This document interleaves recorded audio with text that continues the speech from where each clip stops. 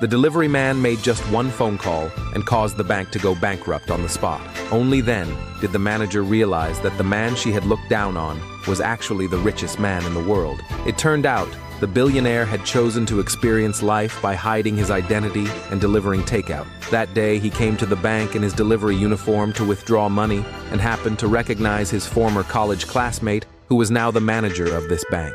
He greeted the manager excitedly, but when she saw he was just a delivery man, she warned him not to act overly familiar with her during work hours. Then the man proceeded to handle his banking business. When the manager found out he was there to withdraw money, she instantly began mocking him, saying they only handled transactions for people worth tens of millions. She said a delivery man like him couldn't possibly have money in this bank.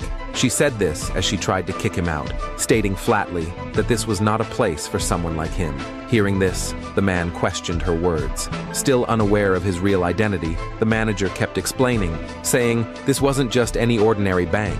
They only served people from high society. But what she didn't know was that the man in front of her was actually a billionaire worth trillions. No matter how the man tried to explain, all he got in return were cold laughs from the manager and her staff. They insisted this was not a place for him, but the man didn't want to waste words with them. He asked directly if he could withdraw the money or not. Hearing this, the manager decided to give him one chance and asked how much money he had in his account. The next second, the man blurted out $30 million, but all he got in return was mocking laughter. They said he didn't look like someone who had that kind of money. They thought he was insane and came here just to stir up trouble. They said this as they tried to throw him out. Seeing that the manager still refused to let him withdraw, the man advised her not to regret it later. But the manager arrogantly said that there was a huge gap in status between them, and he wasn't even qualified to make her feel regret. Those words instantly angered the man. He hadn't expected the bank staff to be so disrespectful. Just as he was about to lose his temper, an intern ran over saying that if the man didn't mind, he could help him with his withdrawal. But unexpectedly, the intern's kind gesture was met with scolding from the manager. She believed the intern serving this pauper was damaging the bank's image. She immediately wanted to fire the intern. Just as she finished speaking, a CEO entered the bank. When the manager saw this important client, her attitude changed completely. She flattered the CEO excessively. The CEO, too, was generous, planning to conduct a $50 million transaction with her right away. The manager happily handled the transaction for the CEO and even said he was a VIP at the bank who conducted over $1 billion worth of transactions every year. He had priority service privileges. Hearing this, the intern was about to give up, but was stopped by the man. He said, "What's so special about being a VIP?" He refused to back down, curious what the manager could do about it.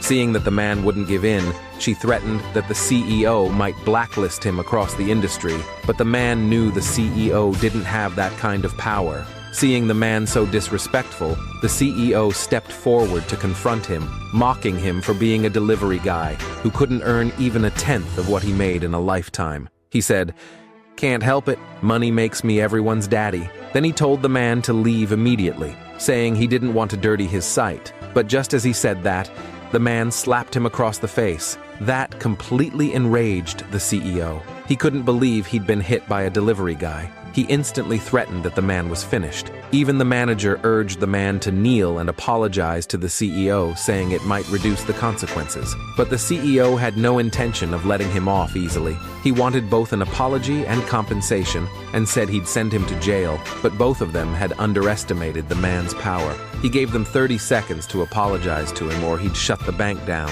The manager immediately thought he was crazy and ordered security to throw him out, but the CEO was curious to see how far the man would go. When the time was up, the man picked up his phone and called his assistant, instructing them to notify all company heads under his name to immediately withdraw all funds from this bank.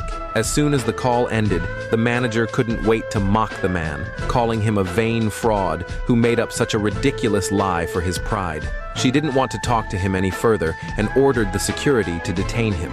Just then, the manager's phone rang unexpectedly. Before she could react, companies started withdrawing their deposits one after another. Only then did the manager realize the bank was doomed. These companies held at least $2 trillion in deposits combined.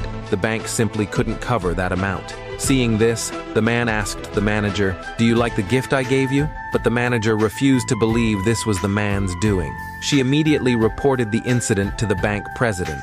When the president heard the news, she was shocked. She asked the manager what on earth had happened. When she learned the manager didn't know either, she ordered her to resolve the matter immediately. Meanwhile, the president called the man's assistant to ask why their partnership had suddenly ended. When she found out that her staff had offended the assistant's boss, she realized they had made a huge mistake. Upon learning the man was still in the bank, she decided to handle the matter personally. Back in the lobby, the returning manager tried to kick the man out when she saw he hadn't left yet, but the man hadn't gotten his money yet.